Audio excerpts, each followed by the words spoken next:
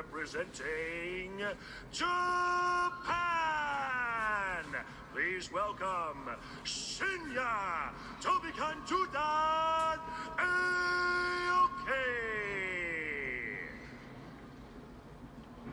And introducing his opponent out of the red corner, he is a former lightweight world champion, standing at 170 centimeters tall, holding a mixed martial arts record of 22 wins and 10 losses. Training out of Team Lakai, representing the Philippines,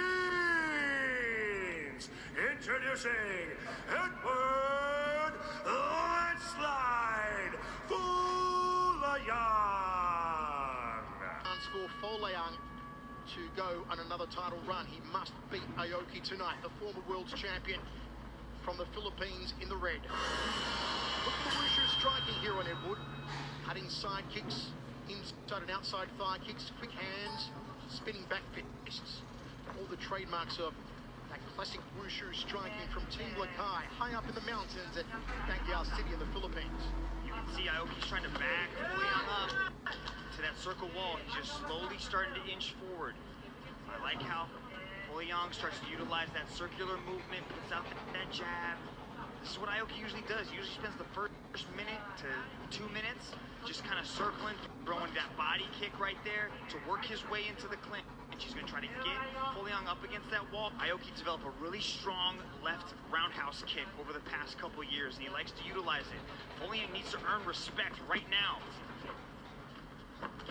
Edward on the outside, Aoki shoots in. Edward prevents the takedown. Nicely done from the Filipino. Took about 90 seconds for that takedown attempt. So far, good defense by Folayang. Got to dig those underhooks. Keep Aoki up high. Good turnaround. This is a good turnaround by Folayang, but you got to keep in mind that Aoki, he has such a unorthodox style of grappling that you're going to experience things like that. It doesn't just guarantee that you stop the takedown, and he ends up on his back. He's innovative. Now he's going to try to lace those legs, triangle the legs, and start inching his way up. Bad spot for Folayang early. Aoki's got 3 minutes, which is a lifetime on the ground with Shinya Aoki. Folayang needs to try to free those legs. He's got to start pushing down on the hips, maybe give up a little bit of ground and pound just to try to free one of these legs.